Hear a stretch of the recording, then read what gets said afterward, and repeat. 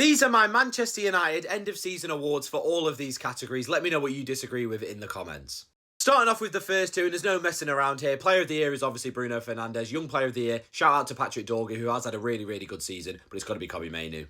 Academy Player of the Year, well, a massive shout out to the two Fletchers who've been brilliant for Man United's under-21 side, and obviously a huge shout out to JJ Gabriel, who at just 15 has got the under-18 Player of the Season. Absolutely crazy stuff from him. But overall, I'm going to go with Jim Thwaite, so I just think when I've been watching the youth team, he always stands out as the best player on the pitch, and I seriously thought he should have came on in that final game against Brighton. Then most improved, well, I've already mentioned him, but I'm going to go with Patrick Dorgu. I think last season, obviously, he only arrived in January. He was only very young, but I sort of thought he was quite a limited player. But this season, he's really grown, had that amazing purple patch in about February under Michael Carrick, and he's came back and scored in the final game of the season too. Next season's going to be massive for him. Most underrated is going to be a very unpopular one. You're all going to disagree with this, but I'm going to go with Diogo Dalot. I actually think he's quietly had a very good second half of the season under Michael Carrick. Plays every single minute. If he could shoot, he'd be one of the best right backs in the league, but he can't shoot.